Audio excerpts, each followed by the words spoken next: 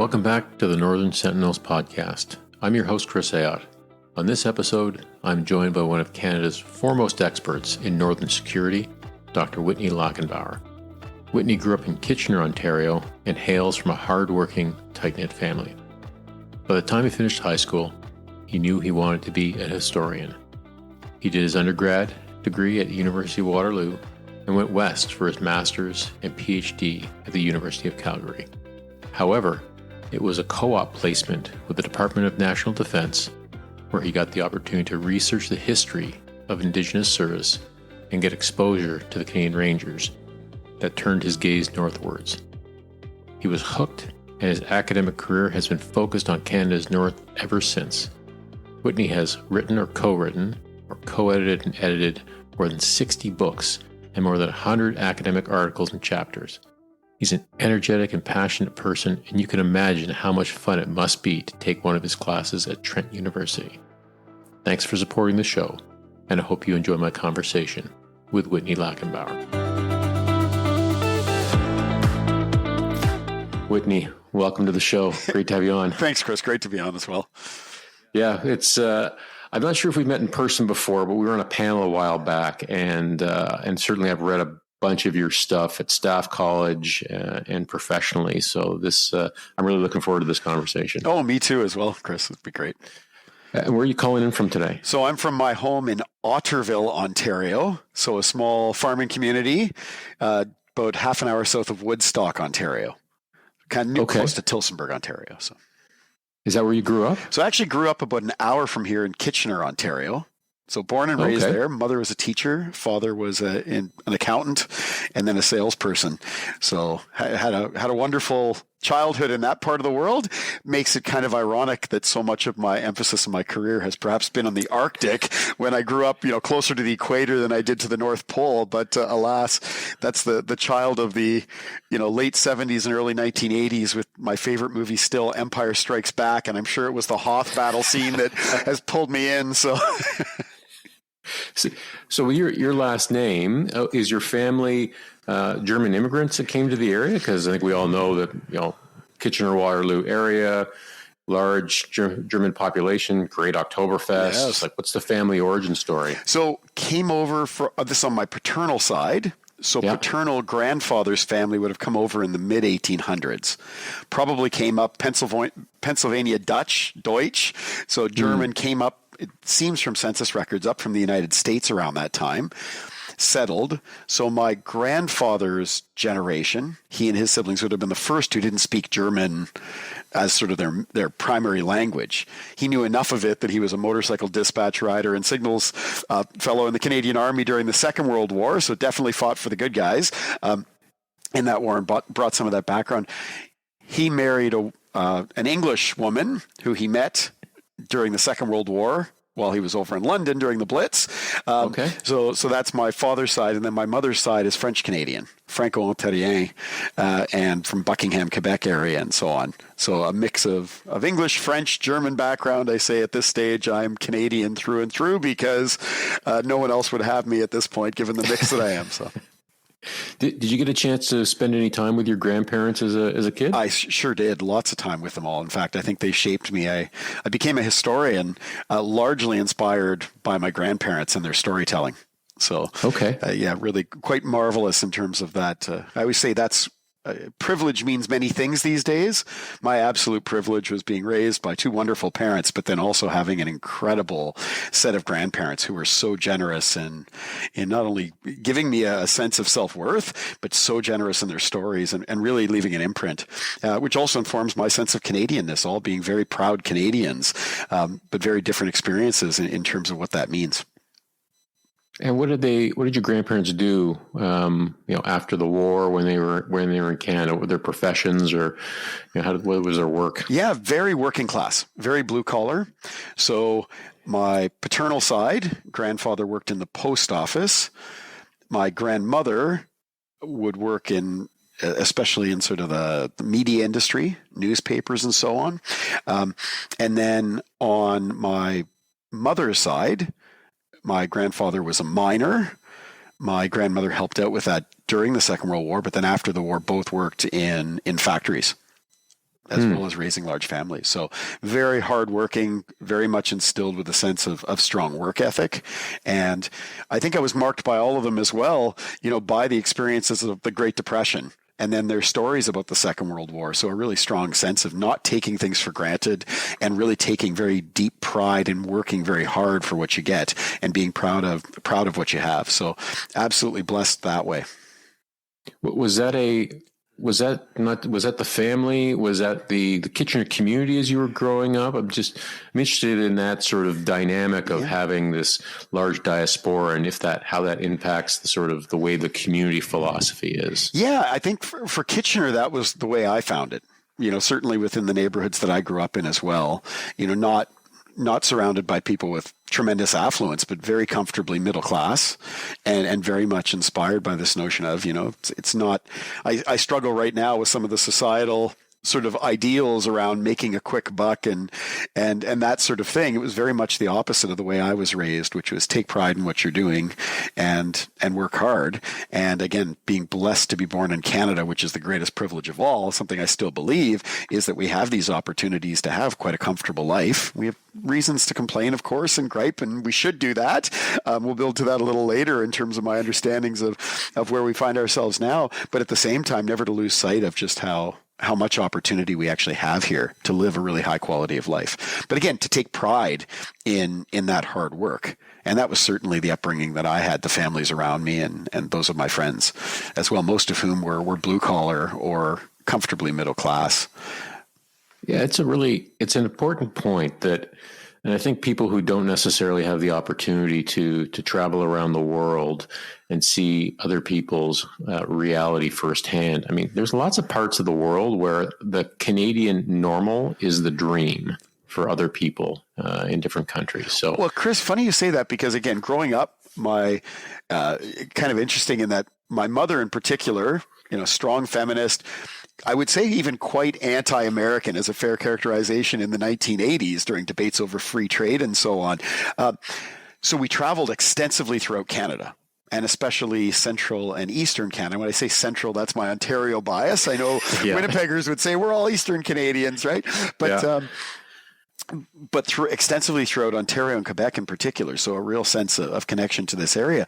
But it wasn't until university that I started traveling internationally, and particularly as a professor later in life, and really developed a strong sense of that as well, that if Canadians don't get outside of what I think is a wonderful bubble that we've created, and I don't say bubble in a bad way unless it bursts, right? It's wonderful if we've created this context, was only going to other parts of the world and, for example, traveling to China a few times, something that I probably won't do again. But having the opportunity to see there and realize this is a police state. Yes, there's grandeur. You can get caught up in a lot of the infrastructure development. You can get caught up in a lot of the largesse in cities like Beijing and Shanghai, but quickly seeing around that the freedoms, the liberties that we have do not exist. Literally getting my hand slapped by one of our hosts in a kind of friendly way, but saying, "Don't you dare touch your dishes, Whitney. Like that person over there is responsible for picking up your dishes and touching them.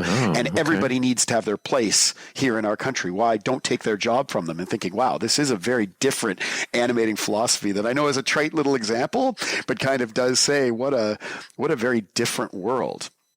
And a lot of what, things that I think sometimes are in danger of taking for granted in Canada, unless we've had that exposure to recognizing that not all the world thinks like us, and certainly not all people live like we do. So we got a good sense of your grandparents. And what did your parents do when you were growing up? So my mother was a teacher. They're both still alive. So I'm saying this in past tense in terms of careers. Both are retired at this point in time. Yeah. Mother was a teacher, and absolutely one of the hardest working, most committed teachers that I've ever met, who really saw it as a vocation. So, and while my sisters and I have twin sisters, while we were young, she stayed home and raised us. But when we were sort of older children, she went back to teaching, and really was her. It was such a wonderful alignment of something she was both incredibly good at and loved, but poured her heart and soul into doing that teaching. And it's amazing still today where you run into former students of hers who are now my age or in some case even a little bit older, and they still remember her with such absolute fondness, genuine fondness. And then my father worked as an accountant for many years, for various small companies, and then eventually went and worked for transportation companies, doing sales for them later in his career.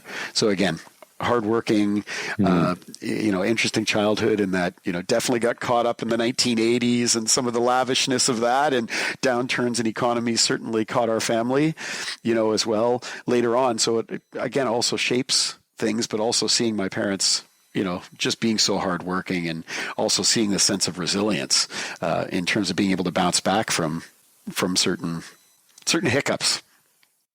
What did your mom teach? So she taught elementary school, generally primary, and a little bit of junior. And again, just beamed. You could see when she was doing it in her classroom, just such a strong commitment. And again, I think imprinting on the rest of our family, how important it is.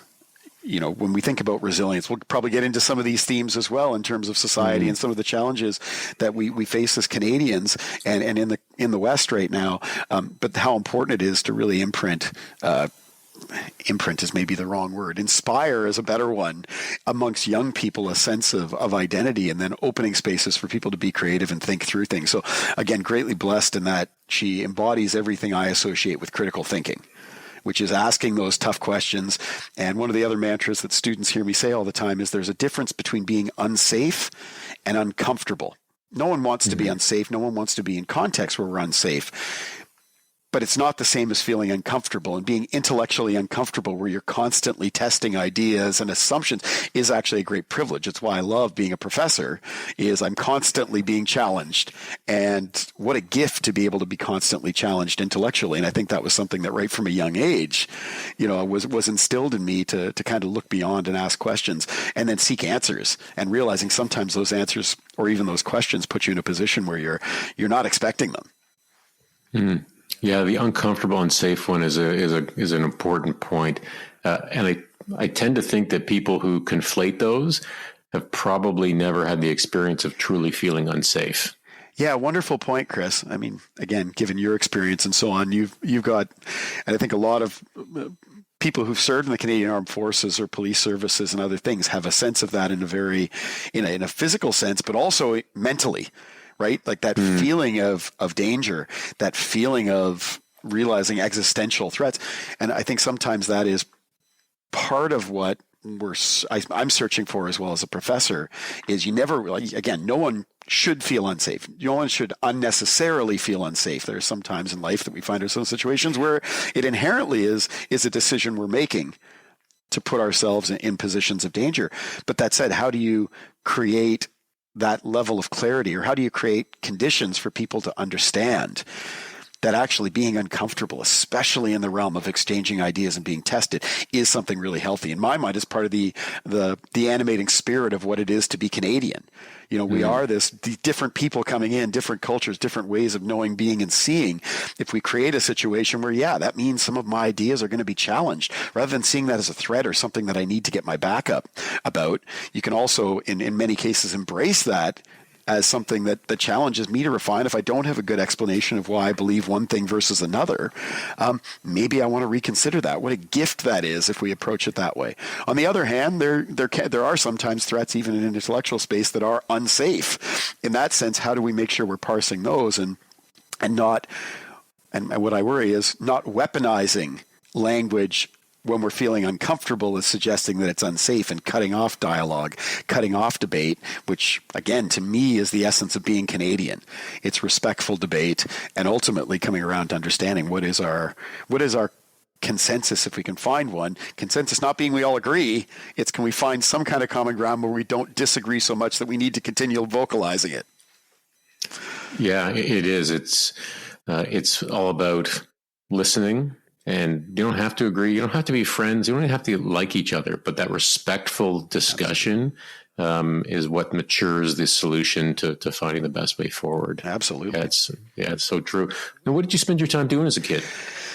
So like many Canadian kids, I dreamt of hockey, all the time. Was never particularly good at it, but certainly loved hockey. Was gifted as well when I was 5 years old by my paternal grandfather, with a stamp collection, which again sounds like one of those hobbies that belongs in a different century, and maybe it does, but I still collect stamps after all these years. And what it was interesting was it gave me a touchstone, not only through these little fragments of paper to kind of understand the world, figure out different language and correlating who had colonies where and so on, but also from a Canadian standpoint meant that was sort of the jewel of my collection was this what was a very modest Canadian stamp collection, but meant that, inspired to understand some of the backstories to all these individuals or events that were depicted on these stamps. So I figured that's the point of origin for me deciding to become a historian, was really that collection. And then, also very much a bookworm. From the time I was young. Really enjoyed school going through. Certainly enjoyed my friends and did all the goofy things that kids do with their friends, whether it's throwing around a baseball or playing road hockey and all those things. But at the same time, also loving those quiet moments where I could sit down with a book and just sort of pour through it. I'm interested in the stamp collection. Yeah. What was this something that your grandfather brought you in and started doing with him and then handed it over? Did he give it to you as a, saying, this is, over to you to sort of carry this forward? Like, how did that evolve? Because I think that's a fascinating, thing to do with for somebody. Yeah. So it was myself and two of my two older first cousins.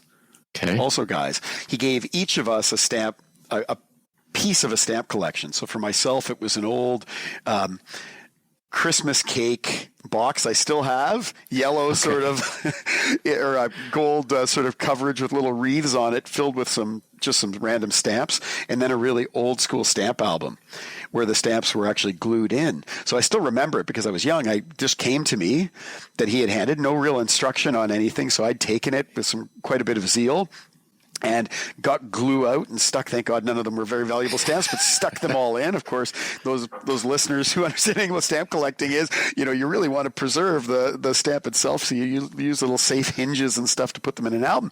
But I'll never forget, it was probably about 3 months later where, or maybe even shorter than that, but that my father and grandfather and I sat down and I said, I'm really loving this. And my grandfather saying, oh, just Whitney, you're kind of doing this wrong. And I just remember the tears sort of welling up in my eyes. And he's like, no problem here. But just continued through it. And so it was gifted to me in that sense. A little bit of mentoring, but then while my sisters would go off to piano class every Saturday in downtown Waterloo, so this is sort of the sister city to Kitchener in Ontario, I would be dropped off at a little place called Beaupré Stamps with $5. And basically for an hour and a half, I'd go through their albums, drive them crazy. They loved having this. I think that this young kid come in who'd just pour through. And I had to do constant calculations of all the stamps to make sure I kept up to that, stayed within that $5 envelope I had, but basically gave me both a feeling of autonomy, but also this way of immersing myself into this truly global sort of network of images that came out of it. So in a way, it also was a direct pathway to reinforcing my desire going forward, that interested in the world, interested in broad things, but have ended up focusing my collection very much on Canada. And from that standpoint, just like much of my career, right, always having this grounding or central focus on Canada and getting to build it. But, just a wonderful world in which I could really immerse myself, and always still struggle. I have 3 sons with the notion that they're bored. And I just think back to my childhood and say, yes, of course, there were some moments where I was bored. No, friends weren't around to come throw a football around or whatever. But most of the time, I always could take refuge in the stamp collection if I found that I had some lull periods. It's wonderful to be gifted a hobby. I'm curious. And for the listener, it's not going to be an hour about stamps, but I am curious about how does the modern day, what does the hobby look like now in the modern day? Yeah, it's interesting. So many of us, right? Email transforming things. It was fax machines. If we go back for some of our generation, in terms of what transformed some of those exchanges of information, at a certain point, you're bidding in auctions because the kind of stamps that now are missing in my collection, or the ones I'm looking towards are not ones that are readily available unless you're going and actually seeking them out. But yeah, it's tricky in that I think it's become, a hobby that's often focused on sort of older generations. My parents' generation probably gifted it from their parents. But it's also telling that amongst my three sons, none of them seems particularly interested in taking over my stamp collection. But it becomes quite specialized. And if anything, for myself, given that I've been so blessed that my interests, my hobby really does kind of intersect with what I've got to do as a profession, as a researcher, means I sometimes almost have to separate out the scholar part of my brain from the stamp collection part, where you can find that they get close together. And my last stamps that I've just purchased and just arrived are a bunch of postmarks with communities from across the Arctic in the 20th century, which aligns so much with what I do in terms of research and book writing and so on. So in a way, too, I think that's my wife's constant message is, great to have a hobby, just make sure that your hobby's not just a continuation of your day job, Whitney. Right. Yeah, that's a great point. I mean, I think for years, my hobby was basically some form of fitness. And you realize, that's an important part of life for a bunch of reasons, but it's not really a hobby. You need to have something else, especially as you get older. So, no, that's a really interesting how that's all weaved from family to now what you do, and very cool. So, when you were a kid, did you have a sense of what you wanted to do post high school? Did you have a vision at an early age, or did it evolve as you got older? Oh, definitely both. I mean, it started off love of dinosaurs. So paleontologist, then it was seeing Raiders of the Lost Ark. So I wanted to be Indiana Jones like so many other kids did, which sometimes I still hum when I'm on a snowmobile, let's say going across parts of the Canadian Arctic, but that we'll save for later. Then it moved off to, I think I was most naturally gifted in math, actually, going through. So thought perhaps I would be either an accountant, following in my father's footsteps, in sort of the business orientation, or something relating to math. But then having a wonderful history teacher in late high school who just inspired me to want to go down this route, and just finding a deep passion to wanting to go forward into university. And actually it was from that point, from grade 12 or grade 13, as we still had in Ontario back in the day, pathway into selecting university. And not having had anybody in my immediate family who had graduated or had completed a university degree. My mother had done teachers college. My father had done college for accounting, but neither of them had gone through university at that point. My mother subsequently did.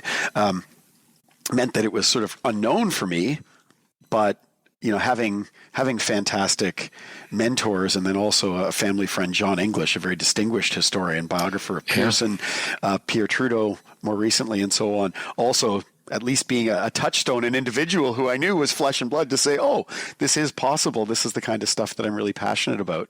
So finding that, I think that desire for what I wanted to do by the end of high school was clear. In order to pay my way through university, because I wasn't going to be able to do it, we weren't in a family situation to have that provided to me, I ended up doing a co-op degree as an undergraduate. So a mix of both in class for 4 months and then working. Most of my jobs ended up being in Ottawa. Was really fortunate to land a job with the Department of National Defense, working in their Director General Aboriginal Affairs, now Indigenous Affairs at the time, which actually is what opened up my world to Arctic issues, Canadian Rangers, much of which I do now, came as a result of doing these internships, these co-op placements as an undergrad, and meant that I really came out of my undergraduate degree with a strong academic dossier, which meant going on to grad school naturally, but always have had this idea that if the academic route didn't work out, if I didn't become a professor, because that's sort of a high risk proposition, going in a basket of hoping that there's an alignment where you can end up in a tenured position as a professor, I would have been very happy going into the civil service as well and serving in that capacity as well, given that I had such positive experiences early on in my professional career. So I don't see the civil service as sort of this backwater of people who sit on files and don't want to move forward. My experiences were very much the opposite. Very intellectually rich environment, lots of discussions, lots of people making tough decisions. So a huge amount of both empathy, but also respect for people who are working to keep our government functioning, and to realize just how challenging so many of the questions are and the challenge sets are for people. So if anything, that's my segue to say one of my critiques of academia is too often it does have that ivory tower, armchair general type feel to it, which is, well, all the answers are easy and we have them all here. Why don't people just listen to us? I've always had a very different view, which is when you're actually, giving policy influence or policy options, or you're actually making decisions, these are really tough challenges and often persistent ones, where if there was an easy solution, it would have been selected, it would have been implemented. Most of these are just, they're exciting for me to continue to wade into, and as my career goes on, being able to not blur the lines between academic and the policy world and the world of practice, but in essence seeing them as complementary and hopefully mutually reinforcing. How did you pick a university? And I say that because we're probably of similar age, and I can remember going down to the guidance counselor's office, and there'd be these sort of yellow dog-eared, might be last year's, it might be 5 years ago, for Ontario universities. And so how did you pick and choose and end up in this co-op program? So it was interesting. Again, ends up being family connections. So I had desperately wanted to go to University of Ottawa, seeing it as bilingual, being interested in wanting to really deepen my French language skills.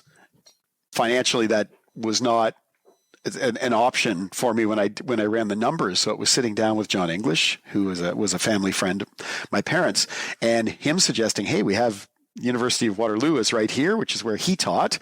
St. Jerome's University is the Catholic part of it. You went through the Catholic school board, go there. There's lots of advantages in terms of it being a small place, where I really did feel like I was much more than a number. And that's always inspired the places that I've been privileged to work since that time. But it was really that option of also looking at co-op, realizing that made it financially, possible to go through and not come out with a ton of debt, but also having a world-class university, right close to home, made it a pretty straightforward idea. So the idea always was go to Waterloo for my undergraduate and then branch out and go somewhere else for graduate school. And was very fortunate that was University of Calgary.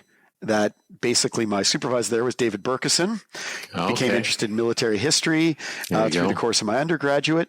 And then, had an opportunity to go there, and it was David saying, I'll beat any offer. I loved it. It was sort of very Alberta mindset too, like go find out what other people are offering you and then come back to me and we'll work out a deal. And it really was a fantastic one. And he was just a marvelous mentor. I never had anything but the greatest of, almost feeling like it was fate to get to be out at the University of Calgary when he was really reinvigorating their Center for Military and Strategic Studies, still going strong, was there right as he was building this up, and just an incredible energy and with an absolutely world-class mind and scholar, has kept me going ever since enthusiastically.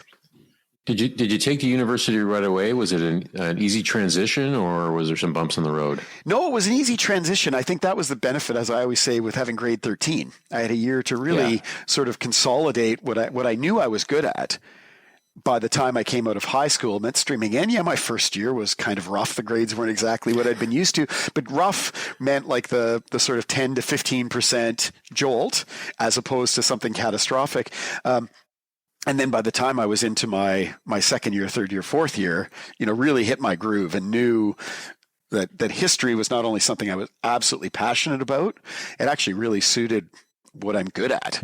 So I've always said that's part of it. You can be passionate about something and you can be really good at things. If you can find a career path that allows both to come together, it really is something wonderful. And I've been really fortunate that worked out.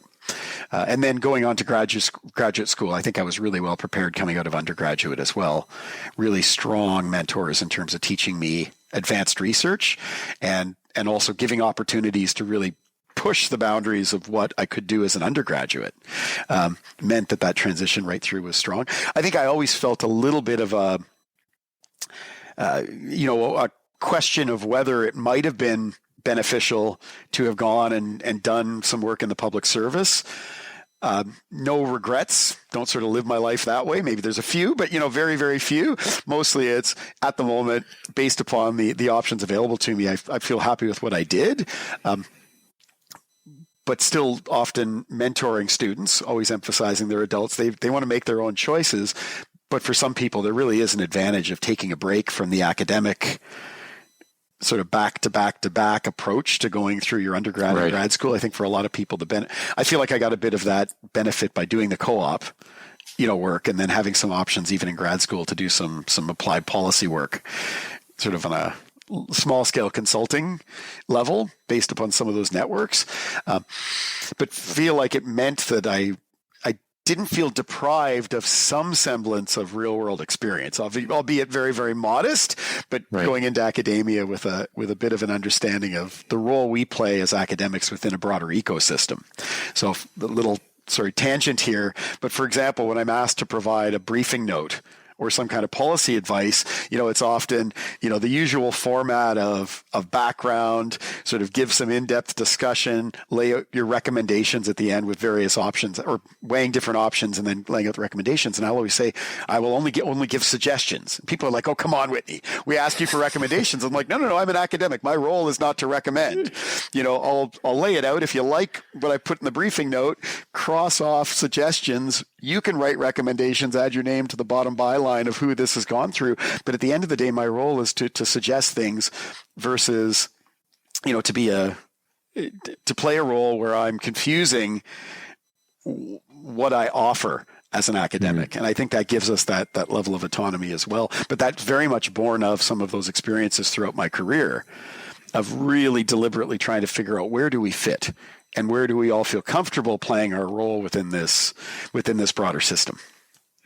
Now, when you had that initial touch with co-op at D&D, did that sort of capture your imagination of the North as you went through higher academics? Absolutely, Chris. So one of my first weeks, my first placement at National Defense Headquarters, I was asked to support, George Kaminsky was his name, a First Nations consultant who was building their Indigenous Awareness Week display.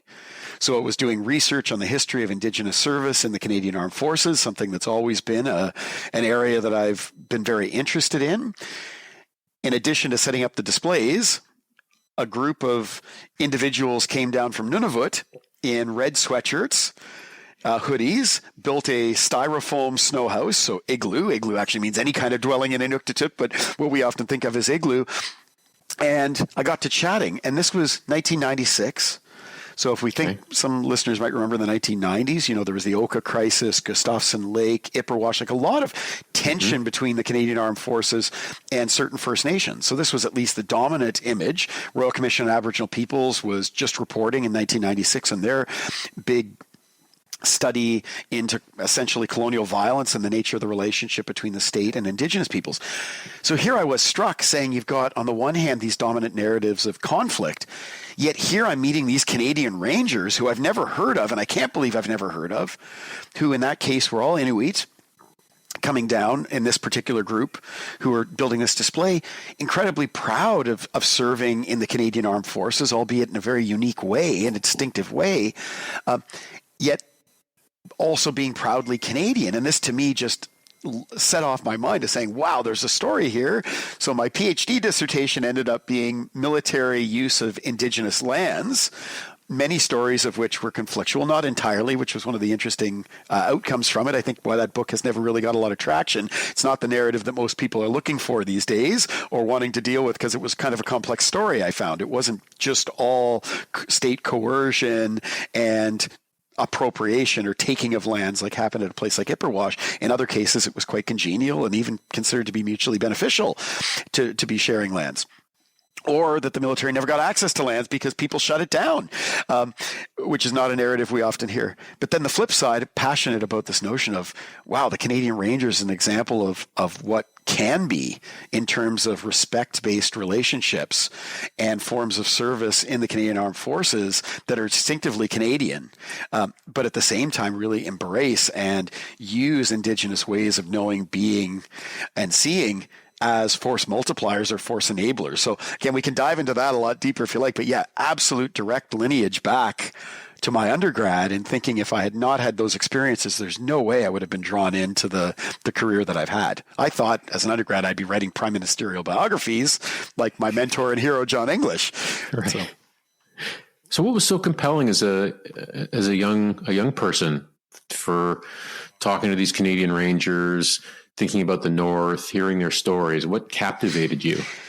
Well, I think it was severalfold. First of all, the North has a certain mystique, and it drew me in. So from that standpoint, it was always a curiosity of mine. And I'm being semi-joking when I refer back to Empire Strikes Back and the Hoth battle scenes, or the ice planet, for those of us who are familiar with it, with the big AT-AT walkers and stuff. So it was partly, I think it did connect me to that, but then also, really being interested in big questions about what it is to be Canadian. What is it to serve Canada? How is it that we arrive at something that we now often refer to as reconciliation, a process of trying to figure out how do we live together well and live together better.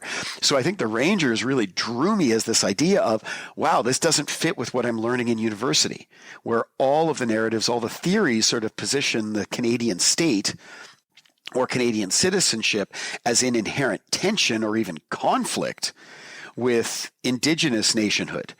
And instead seeing meeting the Canadian Rangers and thinking this is very different. I always laugh and say, it only took me about 3 visits to different communities, having tea with elders, and asking a question of how do you, like something fumbling along the lines of how do you negotiate your sense of Canadianness with being an Inuk? And in different situations, people kind of saying like, Whitney, your question doesn't make any sense to me. There's no tension between this. Why are you asking me to pick one or the other? Right? I'm proud to be an Inuk, and I'm proud to be a Canadian, and I love Canada. Like, why are you suggesting that this needs to be a tension? One of the most elegant response I ever heard back about reconciling sort of criticisms of Canada with being proudly Canadian as an Indigenous person was one person who said, why wouldn't I be critical of the country I love so much? And my heart just melted and thought like, wow, like what an expression of how you can grapple with histories of colonial violence and trauma and things that still are impacting us in the present. But it doesn't mean you have to give up or inherently dismiss this idea of Canadianness. So anyway, there's a couple little touchstones, Chris, of just examples of how you hear these kind of narratives, and it just challenged me to rethink a lot of what I had been taught as theoretical frameworks as an academic. And since that time, I think I've been drawn in to finding that these questions are more and more nuanced and relishing how complicated they are and even how complex we can be in terms of our Canadian identities, and how an organization like the Canadian Rangers is very purposeful. It serves a very practical function. It's not something that's tokenist or symbolic. I think sometimes some cheap journalism sort of refers to them that way, given how distinctive that form of military service is. To me, it's profoundly meaningful and purposeful and proportionate to the kinds of threats that people are facing in the North. But also allows for us to harness diversity, not for some sort of lofty, sort of fuzzy vision that Canadians like to hear that we love diversity. That may be the case. In this case, it has very practical effects that I've come to really deeply appreciate of what that brings to you if you can harness all these different ways of knowing and operating and pull it all together. To me, it's just this wonderful, incredible story. So I find that even that's informed the way I think about history and how we try to understand the nature of our relationships. And the North, to me, is such an incredible place because I think I didn't have the level of understanding in any way, shape, or form that came out of my early studies that I now come to believe really is essential to understand what's going on in that part of our country. Where did you do your PhD? So I did my PhD at Calgary as well. So master's and PhD, really interesting 5 years. As an undergraduate, mid-1990s, we also had there was a Quebec referendum in 1995, a lot of focus in the early 90s on French-English relations. I feel like I invested a lot of my interests as a high school student and undergraduate in trying to understand those dynamics. Really felt, quite drawn to going out to Alberta for my graduate work to kind of think, okay, not that I understand all the dynamics of English-French in Canada, but a very central Canadian sort of Laurentian way of looking at Canada and understanding. I thought, wow, now let's go out and try to understand Alberta for something completely different. And I came away with a really, I think, interesting timing as well, because a lot of expression of Western alienation, sort of frustration about, what was being served in terms of Western interests in Canada in the 1990s, Reform Party, Canadian Alliance, which it really has left its imprint as well in the Conservative Party of today, right? Seeing all of that working and encountering some very different ideas than I'd got, in Ontario or in my interactions in Quebec. So found it just absolutely fascinating to go out to Alberta, to be in Calgary, and to just really see some different ways of challenging the way I think about Canada. So how does it work when you finish off a PhD? Do you start teaching where you got your PhD? Is it you have to go and find a job somewhere else? What was that post-PhD world look like for you? Yeah, good question, Chris. So for myself, I was fortunate that coming out of the PhD, I ended up doing something called a postdoctoral fellowship. So it's like a year, sometimes it will be 2 years, where you're working usually almost always at a different institution than you did your graduate work, but working with another eminent scholar. So in my case, it was Jim Miller at the University of Saskatchewan, who'd written, I still think is the essential book on residential schools, Shingwak's vision, studies on what he had called native newcomer relations, so indigenous settler relations in Canada. So went out there, worked on some of the research that I was interested in coming out of the PhD, questions around the distant early warning line, DEW line, so a radar system built by Canada and the U.S. in the late 1950s, now operates as the North Warning System. It's in the news, talking about over-the-horizon radar lately. We can chat about that a little later on. I started to dig into that story, taught some courses at the University of Saskatchewan, but basically applied to the academic job market. And in my case, I'd given myself, with my wife's blessing, 2 to 3 years to hopefully get a tenure track job. So this is like a full-time academic job at a university, ultimately leading to full-time tenured, meaning almost unfireable employment, which is sort of the dream of many people who want to go into an academic career. Gave myself 2 or 3 years and was very fortunate that within that first year of the postdoc, a job had come up at the University of Waterloo at St. Jerome's University, where I'd done my undergraduate, and I was successful in getting it. So sort of transitioned very quickly from completed PhD into a full-time professor job. At what point, so now you're at St. Jerome's, you're at Waterloo, was there a piece of research? Was there a moment where you really went sort of full on into the north? Or were you already there by the time you got back to Waterloo? So I was starting to do that pivot, but great question, Chris. No, I think it caught me a bit by surprise, like so much in life, right? You just kind of find yourself on the river, and all of a sudden you kind of look around and say, wow, my canoe has sort of followed a path that I didn't think I was heading in, but it turns out to be a really interesting path. Let's go with it. Sorry, bad analogy there, but went and soon after arriving, began to develop this project on the distant early warning line with a colleague of mine, a geographer at the University of Toronto, Matt Farish. The book's still waiting to come out. It's one that and that's another thing we can chat about. Sometimes the projects we're so invested in, we almost can psych ourselves out from wanting to finish them because we're so committed to trying to get it right. But dug right into that project. God, it became almost an obsession of mine for the first couple of years. I laughed. My oldest son, Harrison, amongst his first 10 or 15 words as a kid was DEW line because he heard it so much from me. I wish I was joking, Chris. I felt like just looked at me and thought, oh my gosh, Whitney, what have you done to our kids? But really, that was a project, and then it was continuing to follow up on this Canadian Rangers project, which I'd intended by the time I was finishing up my PhD to become a book, but constantly feeling like in order to understand the diversity of the Rangers, I need to be visiting, not just one community in the Yukon, various communities across the 3 northern territories, and then realizing to tell the story of the Rangers, it also exists along the Newfoundland Labrador coast. Right, Rangers are also on the Atlantic coast, beginning in the 1990s, rejuvenated on the Pacific coast, parts of the provincial norths. So it became almost an odyssey of saying, if I'm going to do this story right, I've got to go and actually visit many Rangers in different parts of the country. Came to the early 2010s where my wife, I hope she was joking, said, you've got 1 year to get this book done or else I'm leaving you because you're constantly just coming back and saying, I need to do another trip. I need to do another trip. I need to do another trip. So yes, I did go and finish the book in the next 8 months. After that, ironically, the 1st Canadian Ranger Patrol Group based in Yellowknife, with patrols all across the territories. The next year invited me to be their honorary lieutenant colonel. So it's meant that I've probably gone north more often since that time. But alas, it drew me in.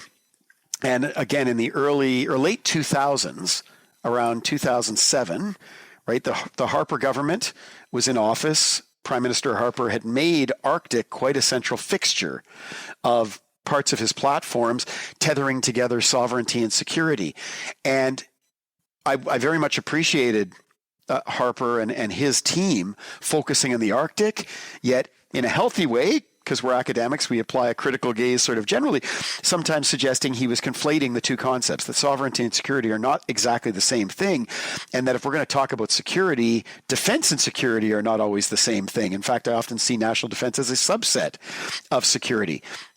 So again, supportive of more attention to the North, supportive of increasing the defense footprint in the North, but wanting to make sure that it was in a way that was sustainable. And in the late 2000s, being a historian, I thought, maybe I've got a 2-year window where this is actually going to be of interest. And it's rare in an academic career where you find you're working on something and gosh, what you're passionate about and what actually feels like you can bring value add to public discussions and political discussions is rare. So I remember saying to my wife, honey, guaranteed, like 100% confidence in this case historically, sovereignty has a 2, at most 3-year shelf life, and then people move on to other things. So that was, 18 years ago, Chris? And it's just continued to slowly simmer and then really grow since that time. So it's found like my career has really pivoted because I actually think it's an area where there's a lot to offer in terms of helping to mobilize teams of diverse experts to come and offer insights into this particular space. So what is the historic view of the Arctic reference sovereignty, defense, security by Canadians? So I think first and foremost, we have this real deep-seated sense of anxiety around sovereignty. I'd say point of origin probably is the Alaska boundary dispute back at the turn of the 1900s when we're in a discussion over where the line was drawn between the Yukon and Alaska, which the U.S. had gone and acquired in 1867, the same year we became a country. And in essence, the British, during the discussions, the arbitration tribunal, seemed to side with the Americans over things that had nothing to do with Canada because they wanted some favorable conditions for a Venezuelan dispute that they had with the Americans back in the day. So Canada came out of this feeling like, wow, nobody's looking out for us. Uncle Sam wants to go and gobble up our territory. Even Mother England, won't protect us. We gotta pull up our bootstraps and stand up for ourselves when it comes to the Arctic. And again, having a very minimal, modest size population, not commenting on the quality of the population, fantastic people who live in the Arctic. But a small population in a vast territory has been this constant question of how much is enough for us to have sovereignty, which is one of these amorphous terms. What does sovereignty mean? The lawyers would say it's the internationally recognized right to control activities in a given space. Others would suggest it's actually all of the activities that go on within the space. So from that standpoint, what is the nature of the threat to our Arctic? Second World War, during the Cold War, concerns about threats to Canada that perhaps previously had not existed. Understandings that perhaps the threat is not to the Arctic. It's not that our Arctic is going to be conquered by a rival country. Concerns that maybe the United States and others won't respect our sovereignty. Most of those were sort of solved by the 1950s when it came to the land territory. Still lingering questions around maritime spaces. But for the most part, Canadians saying it's not that the Arctic is militarily threatened. It's more that the Arctic is important to overall defense of North America because bombers or eventually missiles with ballistic trajectories are going to pass over the Arctic or through the Arctic to strike at targets like Ottawa or Toronto or Chicago.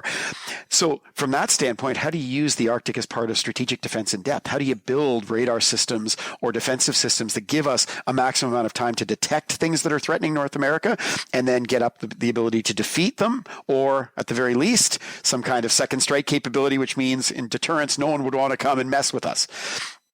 Where this has shifted in recent years is, I think, a lot more, again, rejuvenated concern, or revitalized concern about security of North America. A lot of this wrapped up in the notion that the Arctic is now threatened because of climate change, because of advanced technologies, delivery systems that we have no ability to detect, never mind defeat at present, and then also broader geopolitical competition. I see these issues actually as getting mixed up often and confused with one another, but that Arctic security is now something that is very much on Canadians' minds. We often package it under the language of sovereignty. I think that's often a bit of a distraction to us. But if we're looking at questions of security, this is something that's factoring into all of the major federal parties' election platforms right now. And while they're going to disagree on some details or specific proposals, what I think is striking is just how much there is a consensus that this is a major election issue, not something that it's traditionally been in Canadian history. To answer your question, Stephen Harper made it one in 2005. We could go back to John Diefenbaker in 1958 with his Northern Vision, which was around building up a northern economy more than anything else. But now here we find ourselves in 2025, where many people are making Arctic security one of the core pillars, at least when we're talking about defense. What do you see as the actual threats? So I love to break it down, Chris, into threats through the Arctic, to the Arctic, and in the Arctic. So when I think about threats through the Arctic, we are facing a more precarious geopolitical environment globally. Competition between China, Russia, and the United States factoring in. So the reality remains that the Arctic is a venue or a thoroughfare for certain delivery systems that threaten North America, so threaten Canada as a whole. So when we have Prime Minister Carney a couple of weeks ago announcing a $6 billion investment in Arctic over-the-horizon radar, so buying an off-the-shelf Australian system, we talk about that as being Arctic security, an Arctic system. And I'd say to readers, yeah, it's going to give us domain awareness, so coverage, situational awareness throughout our Arctic and out beyond our Arctic islands for the first time. Where are those arrays going to be based? Southwestern Ontario, right? Probably somewhere in cottage country for those of us who are from, Toronto or points south of it. Just because you want to have the maximum arcs and a maximum coverage. And if we look at the way the Australians deploy their system, covering their northern territory, it makes sense for it to be based south. So it gives us coverage over the Arctic, and it's part of defending Canada because we need to know what's going on in our Arctic to know what kind of threats are coming towards us. But for the most part, it's not because we have more acute threats to the Arctic where we have adversaries who are wanting to conquer our Arctic and take it from us. Right? The Arctic is part of this overall dynamic of Canadian and North American defense. So then what are the threats to the Arctic? Are they military kinetic threats, so things that go boom? There are some we have to be mindful of, but I don't think that's the primary threat. Certainly, I think it's irresponsible when commentators talk about analogies to Ukraine and suggesting that we could face an invasion equivalent to Ukraine because we share a maritime boundary with the Russians across the North Pole. Not going to happen, right? We did those exercises back in 1946 and realized just how hard it is to sustain our own force domestically in a peacetime environment. That's not what we're looking at. What is the nature of these threats? Maybe it would be some kind of small diversionary attack. Is that going to primarily take the form of little green men coming and attacking us? Or is it in the form of disruption activities, right? In an Internet of Things where our world is connected? Is it cyber attacks? We are facing a world of narrative competition, information warfare. We would be naive to think that the Arctic doesn't factor into that. Worried about foreign investment. A lot of the focus is on China gaining footholds right in strategic locations or strategic industries. We can watch what's going on in the European high north in terms of disruption of GPS, other what are called below the threshold of armed conflict or hybrid or gray zone threats. But then the challenge there, Chris, becomes which of those are primarily military problem sets versus ones that require whole of government or whole of society solutions across the different security agencies and actors. Then we talk about threats within the Arctic itself. And here's where I suggest many of these are related to climate and environmental change. What's pressing for a lot of Northerners is increasing probability of things like wildland fires or flooding or severe storms disrupting security at a community level. It's disruption to food security because now patterns of accessing different locations over the ice have become more unpredictable. So I think sometimes we talk about the Arctic as if climate change is driving the probability of conflict because it makes the Arctic more accessible. And I always say that's in very specific domains. I mean, Chris, from your background within the Air Force, I'd say, does the melting of the Arctic sea ice make the Arctic more accessible to aircraft? No, I mean, more unpredictable weather pattern probably means the opposite. It may be less accessible. From a land domain standpoint, less accessible. From a cyber domain, generally climate change is not something that has a direct correlation with being able to access data using fiber or satellites. So trying to also be very precise of what domains are we talking about, what scenarios, and what sort of category of security are we trying to discern. So a lot of the focus is on national defense solutions, but I'd suggest these security threats are often broader than national defense. And while I very much wholeheartedly support smart military investments and bolstering our ability to respond to incidents in the Arctic, including by the military, I also don't want this to be thrust upon the military as something that sucks all of the oxygen out of the room and prevents us from doing things that we've often done very well in the past, which is how do we defeat conventional military threats? We generally like to defeat them as far away from Canada as possible. And it would be a shame if we saw ourselves draining resources from expeditionary capabilities, meaning outside of Canada, to deal with imagined Arctic military threats that we really need to stress test whether or not they actually exist. Does this moment feel different to you? I mean, you mentioned that all the federal parties are talking about the North and whether they're conflating sovereignty, security, defense. But does this moment in nation's history feel different at all to you?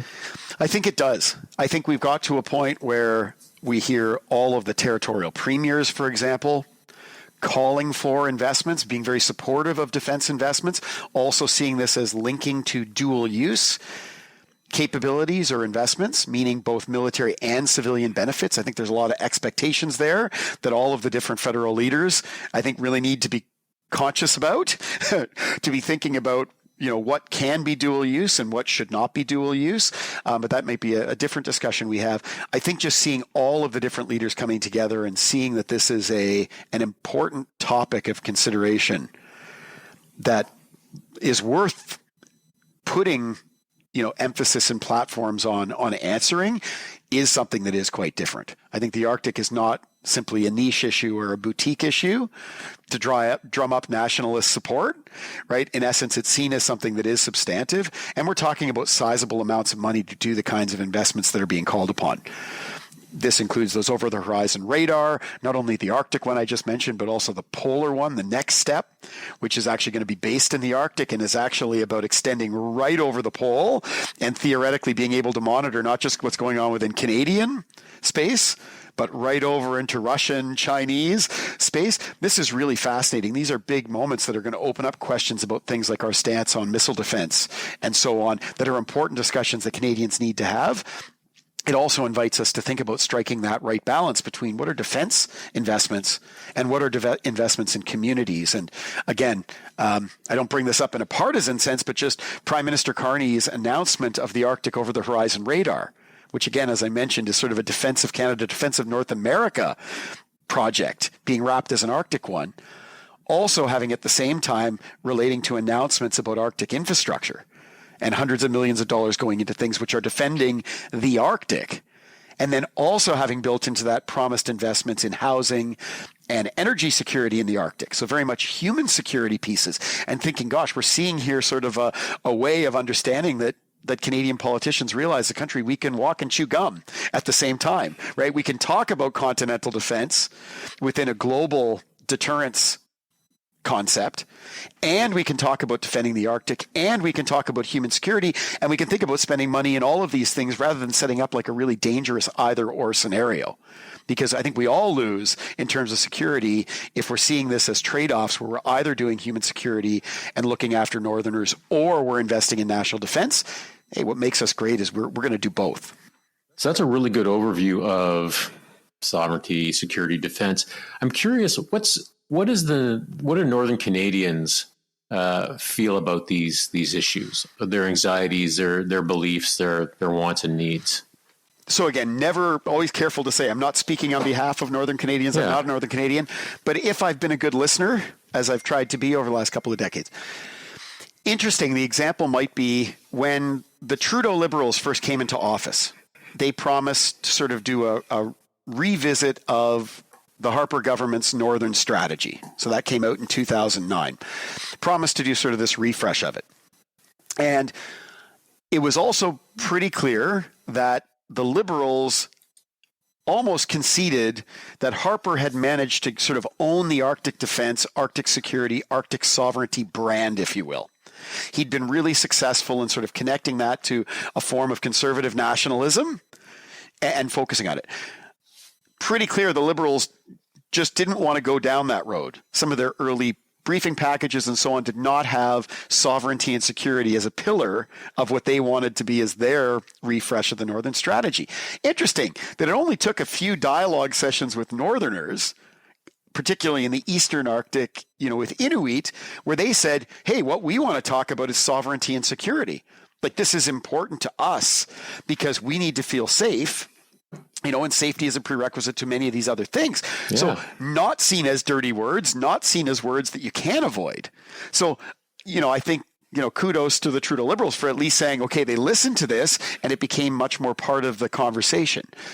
So what does that mean through a Northern lens?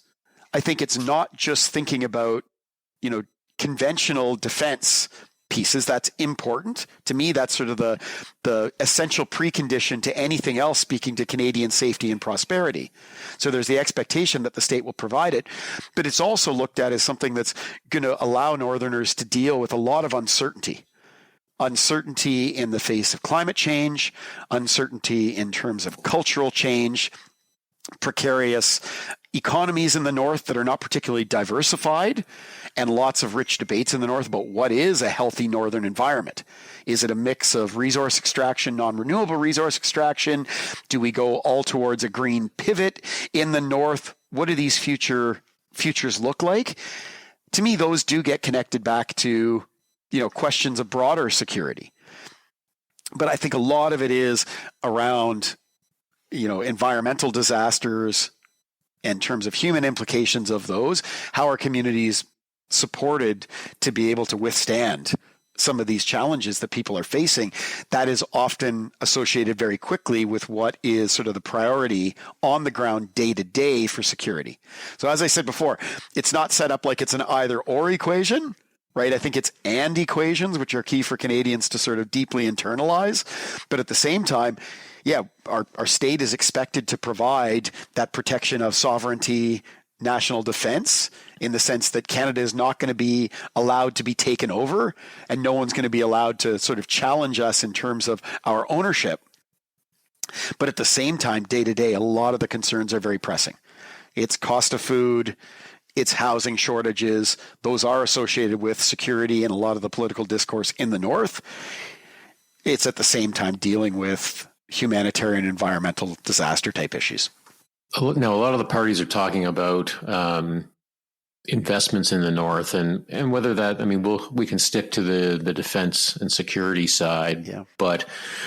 And I think the panel we were on, we had one of the CAOs, maybe the CAO Whitehorse was on the panel. Yes.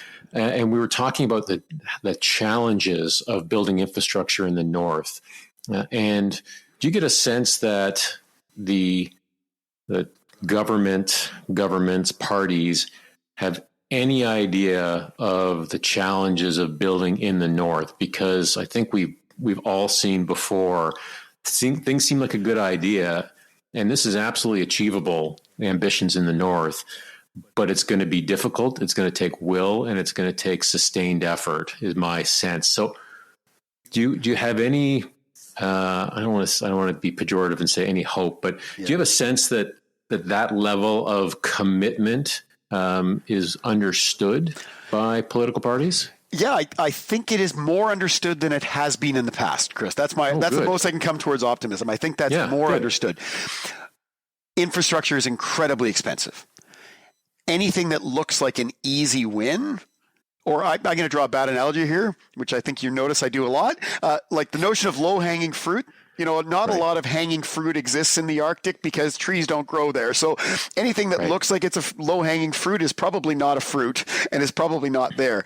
An example would be the Nanisivik port, right? An old legacy facility that the Harper government sort of announced without doing consultations with the Navy. This was done by a small inner circle who said, this is easy. Hey, there's some legacy infrastructure here. We're going to go and refurbish it. We'll have a deep water port, docking facility.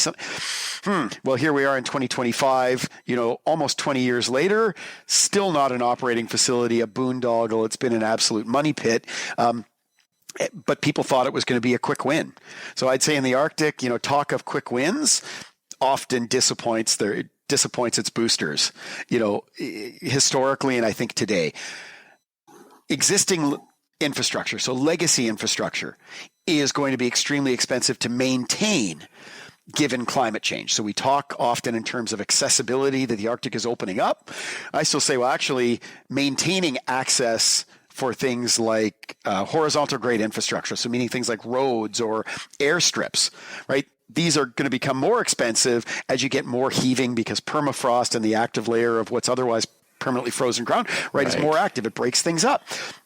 Harbor infrastructure, more expensive to build and maintain if you've got more wave action, more storm activity, because you've got less ice cover, for longer periods of the year than before. Canadian Arctic is still going to be frozen. The waters are going to be frozen for most of the year for the foreseeable future. Want listeners to really take that in, but more periods of time where you have more activity. All this means infrastructure is going to be more expensive to maintain. So building new infrastructure, which tends to be orders of magnitude more expensive than building down south, right, with changing conditions, is even more daunting. So what is it going to require? A government is going to have to pick winners and losers, and I mean that in terms of projects. We cannot do it all. Using examples like Nunavut doesn't have roads connecting multiple communities, we should be building roads connecting all the communities in Nunavut. I'd say, listeners, go and look at a map. This is not a realistic idea. This is not a responsible idea, thinking that we're going to network all of Nunavut by roads, right? The answers might be more modest small craft harbors and improvements to some of the snowmobile trails, during the winter time, or more supports to make sure that we're ensuring that those over water, so frozen ice routes, are reliable for different stretches of the year. For some of the big ticket infrastructure items, it's going to mean, how do we look at some of these mega projects? Do we have the political will for, a subsequent prime minister or prime ministers to convince Canadians and sell Canadians on multi-billion-dollar investments with long-term returns on investment? And in my mind, there are messages around doing that, and it has to be inspiring. But if the only rationale for doing this is because we're worried about the Russian or Chinese threat to the region, I think we're going to find that this is not going to be very compelling as a primary rationale. Those are, particularly the Chinese concerns around Chinese investment, are real, and they need to be a factor. But the primary driving force in my mind needs to be something that's more captivating, of seeing how Canadians and our entire country will benefit from these kind of massive mega projects that actually open up new economic opportunities for our country as a whole. So as I'm thinking about this, I'm thinking about capacity to do this. So if we have the political will, we convince Canadians to invest this amount. I mean, do we have the inherent capacity in Canada to do this? Are there allied nations, friendly nations that build in the north that we could partner with? What does that sort of look like in terms of our industrial capacity to do this? So I think from the construction side of doing a lot of these projects, I think we do have that. Okay. All of that capacity does not exist in the north. So where some of the expectation management, I think, comes in, that if we're seeking to do this with a sense of urgency, which I would say is different than a crisis mentality. I think pretty clear, maybe listeners are pulling out from this. I'm not an advocate of crisis. We do not face a sovereignty crisis in our Arctic. We do not face a security or military security crisis in our Arctic. But that doesn't mean that we do not need to act with some sense of urgency. Those kind of crises will only be avoided if we're confident that we have the right kind of footprint and right kind of posture to be able to respond to unforeseen circumstances, emergencies, military or otherwise. In order for us to seize certain economic opportunities as well, we do need to get more serious about making strategic investments in opening up literally pathways, for opportunities to go and convince investors to want to come and build what are very expensive from a private sector standpoint, mining sites, let's say, or energy facilities like liquefied natural gas, if that's a decision on the part of Inuvialuit, let's say in Gwich'in in the Western Arctic. You need to have enabling infrastructure, and you need to give people confidence that they're actually going to be able to extract those resources and get them to market in a way that they're not just sinking money in and never seeing a return on things. So, putting all of this stuff together, I think it does come down to needing to sell a vision. And, getting people to buy into this vision, getting people excited about this vision. And I think we do face a moment where, as we are looking as Canadians at not Canadian only, solutions, but some made in Canada solutions that open us up and perhaps reduce some of our other dependencies. It's like, what do we have within our country? We have a capacity, if we're mobilizing Southern and Northern Canadian expertise and resources, to complete some of these projects like Grays Bay Porton Road project, which would connect Yellowknife with Bathurst Inlet and the Central Arctic coast. If we look at things like the Mackenzie Valley Highway, these are things that, yes, we will borrow international expertise in things like how you build certain types of systems for paving in permafrost, rich environments and that. But yeah, Canada can build a lot of these things. When it comes to things like some of the different platforms we might procure, like these over-the-horizon radar, for example, yes, I think this makes a lot of sense that we're turning to a partner like Australia, who've got a proven technology, right? This is a $6 billion investment by Canadians. I'm still in awe, given how difficult our procurement system is to get to move to things at the speed of relevance, that within 2 years of announcement, we actually have a near finalized plan to actually move on something that bold. This is incredible by Canadian standpoint. To me, it actually gives me hope, to use that word that you brought up before, that yes, if we have political will, we can move with agility and decisiveness on massive capital projects. In the North, can we see that same decisiveness play out for some of these big projects? So, I would have my ordering or sequencing of where I think things should go.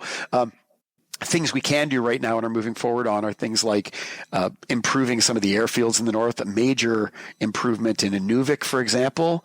So this is in the Western Canadian Arctic, a real critical hub in my mind for Arctic security. And I use that in a way of thinking about those threats through or to the Arctic. Big satellite downlink facility there in Inuvik, really important forward operating location where our CF-18s continue to operate out of to do the intercepts of Russian blackjacks or bears that will come into our identification zone. None of them are violating our sovereignty. No indications to date that they're breaking any international laws.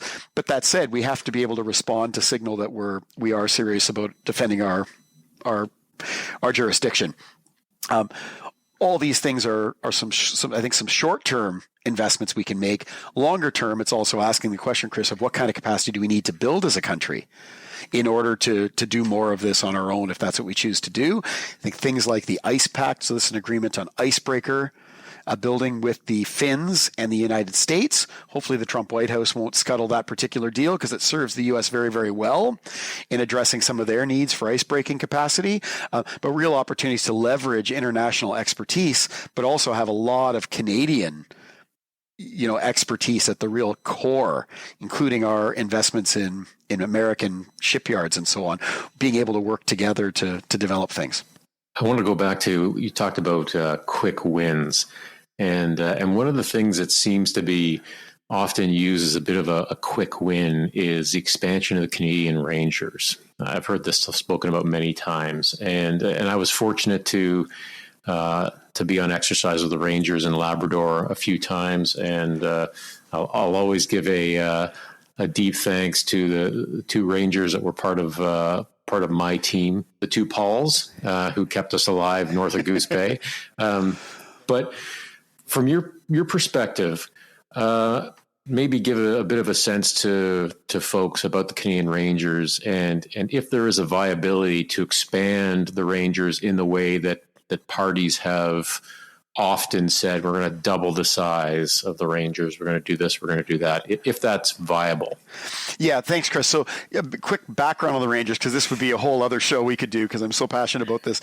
Stood up in 1947 to address this question of how does Canada have a persistent year-round military presence in the North when we don't face an acute conventional military threat? So if we don't have major threats to our Arctic in the military sense, and particularly from land forces, how do you have a military presence but not go and drain resources from southern Canada to go up to the north to do garrison duty against no adversary, at least in a military sense? So we turn to this idea of local peoples who know their area intimately, receive minimal training, give them a rifle, at that time a couple of hundred rounds of ammunition, and an armband.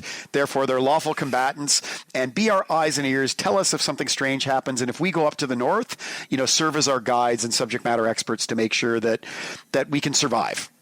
Not in the face of a hostile enemy, but just survive in the face of difficult physical environment. So this has proved a very successful recipe, where by the turn of the 21st century, just about every community in the Canadian Arctic, or even Canadian North, if we're talking about the three territories more broadly, that can sustain a Ranger Patrol already have one. It means that northern peoples, including indigenous peoples, who are the majority of the northern population, particularly outside of the territorial capitals in the NWT and Yukon, are, and in Nunavut, in every community, serve in far greater rates per capita than Southern Canadians do in the military. So it's quirky because sometimes I don't think the Army does a very good job of framing the Rangers. Even in Our North Strong and Free, the defense policy update that came out in April of last year, it talks about the regular forces, so our full-time Canadian Armed Forces personnel, reserve forces, part-time, some of whom serve in a full-time capacity, and Canadian Rangers. And I'm like, whoa, the Canadian Armed Forces doesn't even know the status of its own personnel. Canadian Rangers are reservists, not primary reservists, not soldiers, if we're thinking about Army reserves down south, but a distinct form of service where they're not required to undergo basic training before they're able to be Rangers. They're considered trained upon enrollment because of what they do in their civilian lives. They do not have a mandatory retirement age because there's a respect that elders can bring a lot to situational awareness and being force enablers or force multipliers in a northern context. So being people who can train and guide southern elements that deploy up to the Arctic, there's real benefits to having friends on the ground and real benefits to having people who sort of serve as a strategic reconnaissance screen. Fancy way of kind of saying they know their homeland. They know it intimately. Who better to know when there's an anomaly, when something is out of the ordinary, than people who know both the human and the physical terrain that well. So a long-winded way of saying they perform this valued function. Some, I think, uneducated or ill-informed, hopefully not ill-intentioned commentators in the media poo-poo the Rangers, Chris. Unlike you and I, they haven't had the time to actually go out and see them in operation to realize what they bring to the whole equation as force enablers. Suggest that because they are not expected to perform a combat function, they're irrelevant. And I keep thinking they're missing the point. We have other elements, the Canadian Armed Forces, other capabilities that can go north if we need to apply kinetic effects, if there's a combat type scenario. What the Rangers do is allow them to do so in the most efficient, economical way possible. And in a way that's not going to see the military footprint in the north actually step on or crush communities as they exist right now. So it's this real winning recipe because of those high rates of service. I worry that, for example, not picking on the Conservatives here, but their platform articulated in February said increasing the number of Rangers in 1st Canadian Ranger Patrol Group, so that's covering the 3 territories plus Northern British Columbia plus Atlan, BC, that they're going to increase the Rangers from 2,000 to 4,000. So first of all, there are not 2,000 active Rangers in 1st Canadian Ranger Patrol Group right now, right? Much less than that active, but still serving as Northerners in a much higher rate per capita than anywhere down south. So first of all, we don't want to insult Northerners in saying that even when they're serving in much higher rates than Southern Canadians are, that they're not doing enough. And particularly to be suggesting that to Indigenous Canadians serving in a high rate. We got to be really careful here about our messaging and expectations. Secondly, what do we get theoretically in terms of bolstering our capabilities with 4,000 Rangers than, say, the 1,000 that are existing right now? And my question would be, I'm not sure. If it's just numbers for the sake of numbers, this is tokenism, this is symbolism. This doesn't really matter very much, because having more Canadians already living in communities, simply putting on a uniform for the sake of putting on a uniform, doesn't strengthen our sovereignty. It doesn't strengthen our security. What you're looking for, people who actually can purposefully contribute. And that's what the Rangers bring to us today. So I struggle because I think this is sometimes political messaging, that has not, first of all, gone and consulted with subject matter experts in the North, be that at the political level or going down and actually talking to the Canadian Army or the Canadian Rangers. And in essence, getting caught up in this symbolic notion of sovereignty, which in my mind is problematic. It actually doesn't help us. Canada doesn't need symbolism. We've got lots of sovereignty, right? Our position is very strong. What we need is purposeful investments that bolster capability. So contrast the Conservative platform, which is more numbers, which again is easy, with what appeared in Strong, Secure, Engaged, which was our defense policy in 2019. I think it was 2017, pardon me. SSE 108, saying what we need to do is make investments in supporting and enhancing the training and effectiveness of the Canadian Rangers as part of the Canadian Armed Forces. Supporting the training and effectiveness. So what the NDP has done in their platform, with much more fidelity, has said we need to make sure that the Rangers have more support. So in essence, it's Ranger instructors. In 1st Canadian Ranger Patrol Group, these are regular force non-commissioned officers who go to communities, who train with the Rangers, who on operations work with the Rangers, serve as liaisons between the Rangers and other members of the Canadian military or foreign militaries, and serve as a glue connecting everything.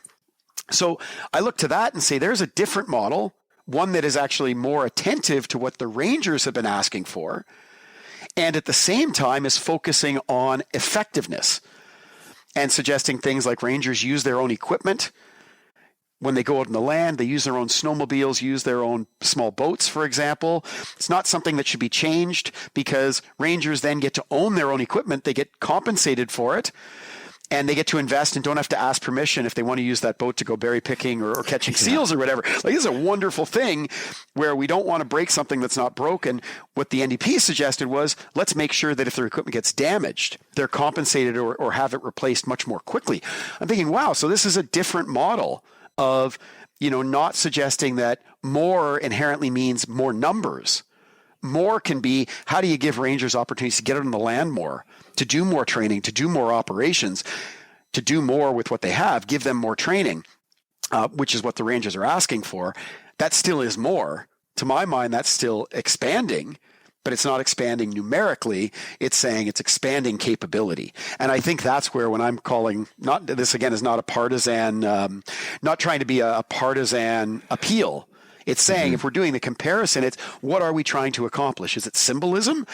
If anything, with some of the platforms talking about building, say, military bases in the Arctic, my question is, okay, maybe, but why?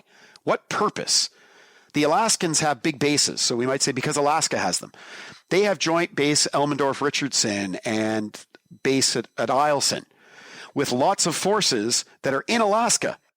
Those forces generally belong to Indo-Pacific Command, because if you look at the curvature of the Earth, right, if you're going to forward base Americans who are going to ultimately do a fight potentially in the North Pacific or the Indo-Pacific region, it makes sense to base them in Alaska, because that's, yes, it's Arctic, but it's also a North Pacific state. It's not what we're talking about in Canada. Why would we go and build a base, say, in Iqaluit? Are we also going to how are we going to message that we can afford to build hundreds of housing units for Southern Canadian Armed Forces personnel to move into a community where we already know there's a severe housing shortage and infrastructure shortage?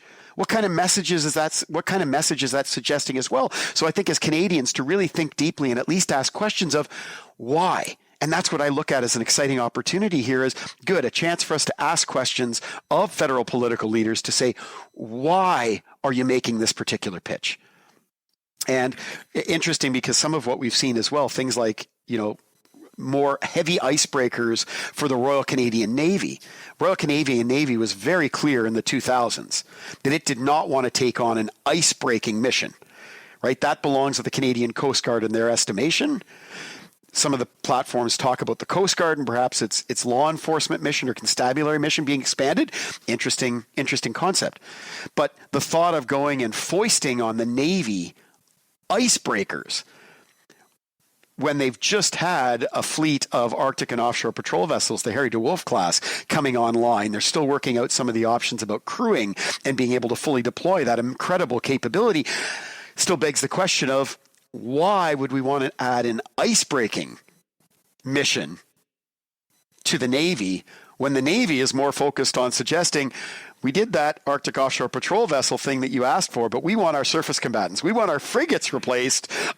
Let's focus on that before you're telling us that we need to have heavy armed icebreakers to deter what heavy armed foe that would be plying our waters. I think I'd like to wrap things up with one question about national resilience. Now, when you look to, let's say, the next 5 to 10 years, Whitney, I mean, what does an improvement to Canadian national resilience look like in the North? Yeah, fantastic question, Chris. So I think it's again, maybe it's typical of me as an academic, a layered one. On the one hand, in a decade, it's really improving our domain awareness or situational awareness. So it starts with understanding better what is going on in our space and what is the nature of the threats. Threats being different from risks. Do we have the right triage that we're saying, yeah, there are risks, but what are the threats that we're facing that require immediate attention? And do we have the capabilities to address them? And are they the right instruments? So when that's a military threat, do we have the right military instruments to defend them through a military presence or some kind of military response? How do we get more fidelity or more clarity on suggesting when are these risks or threats ones where we need to have other instruments? So from a resilient side, I think when it comes to national defense, kinetic threats, so other foreign adversarial militaries coming in and threatening us or invading us, yes, we need military tools to respond to them. The flip side is if a lot of these other threats relate to the economic sphere and economic security or human security and so on, maybe it's also clarifying what tools need to be developed or enhanced in other federal departments and agencies. So how are we turning to federal policing, for example, in the Royal Canadian Mounted Police to go and deal with illegal activities within Canada's borders, or Canadian Border Services Agency? When it comes to intelligence, collection and understandings, how are we turning to our intelligence services within Canada? So I think part of it is also figuring out where does defense fit? And I think most serving members of the Canadian Armed Forces, and particularly people in the defense policy space, will welcome that type of clarity. Because the worst case scenario is defense being put into a position where it's being expected to be the panacea, addressing everything relating to sovereignty and security in the Canadian context. Whoa, that is not a healthy position for D&D and the Canadian Armed Forces to be in. In fact, I would worry it's setting up the military to fail. The flip side is, as well, we are going to face challenging mission sets that are going to become more challenging owing to uncertainty with environmental change and climate change in the region. We're also probably going to find heightened risks to critical infrastructure in the North for adversaries looking to disrupt Canadians' sense of safety, looking to polarize Canadians, have us divided. This can be through information warfare. It can be things like generating stations, going dark in the middle of winter and communities being stressed and wanting to use that as a way for people in the North to feel like the Canadian government is not looking after them. So how do we build the right tools that address particular Arctic challenges that aren't covered by national programs. So it's my way of suggesting, first of all, we need a national security strategy, Chris. Badly, desperately need a national security strategy. And then we can start to ask the questions, what things do our national strategy not cover? And then most importantly, where can we go and invest in capabilities at the community level or at the regional level that preventatively or proactively reduce the amount of drains on national assets? So right now, I don't know how much it costs, Chris. You might know per flight hour of a HERC as part of our Joint Rescue Coordination Centers and our military response to a search and rescue or emergency in the north. If we have to have one of these airframes take off from, say, Trenton and fly up to respond to an emergency in a Igloolik, I'm going to say it's tens of thousands, if not hundreds of thousands of dollars, flight hour or day, certainly to go and do that. If we can make smart investments in building up resiliency at a community level, where there's more capacity to deal with search and rescue or local disaster response, how does that ultimately free up resources on the part of our southern-based assets? So to me, there's real opportunity space there to work very closely with communities through organizations like the Rangers, but working with the territories to figure out how we're building up that resiliency, not only in terms of information literacy, to not be baited in, to have polarized debates that actually aren't the Canadian democratic space where we're having these debates. They're ones that are being co-opted from the outside. That's important. Also building up that capability at a local level and figuring out where that nests. It also, I think, behooves us to think about that bigger question of, we think about Operation Lentis missions, which is the domestic Canadian Armed Forces, operation to deal with disaster response within Canada. In 2023, during the wildland fire season, many of those Lentis missions, according to then Chief of Defence Staff Wayne Eyre, were ones that the CAF should not have been called upon, particularly the ones in British Columbia. Are we having conversations about kind of a civilian disaster capability we might be building up as Canadians, which doesn't have that responsibility foisted on the Canadian Armed Forces all across Canada? And in a way, that might perhaps counterintuitively say, if most of the provinces are covering that off, that actually frees up Canadian Armed Forces resources to be able to help to respond to emergencies in the north, where because of population, because of capacity, we perhaps don't have the economies of scale to allow for that kind of that same kind of civilian response capability. So hopefully that's kind of satisfying, Chris. I know there's lots of nuance there, but you can see what I'm trying to play on hopefully here, which is invest in Canadian defense and Canadian resilience, invest in local community northern resilience, and then also think about what can we do regionally that actually allows for we as Canadians as a whole to address challenges unique to the Arctic as a region. And I think too often it means we need to go and base rotary or fixed wing aircraft in the north, or we need to build bases. We need that. I always say, well, maybe, but there's lots of subject matter expertise in Canadian Joint Operations Command, within Department of National Defence, within the Canadian Armed Forces, who actually are experts who do these kind of calculus about where airframes are best positioned. Let's not lose sight of the expertise we have within our systems when we're going and coming to making political announcements, or as academics or commentators arriving at what we say is the common sense solution, which may actually not at all be common sense when you've actually done the homework. Yeah, that's a great synopsis to close things off, Whitney. And I really appreciate getting to spend some time with you today, hearing about your family history and getting your insights into the North, into sovereignty, into defense and security. And I want to thank you for being another one of our Northern Sentinels. Thanks a million, Chris. Always a pleasure, and love the podcast. So it's such an honor to be part of it. I hope you enjoyed my conversation with Whitney. Please subscribe to The Greater Good on Substack to get this and other content to help you citizen better. Thanks for listening, and goodbye until next time.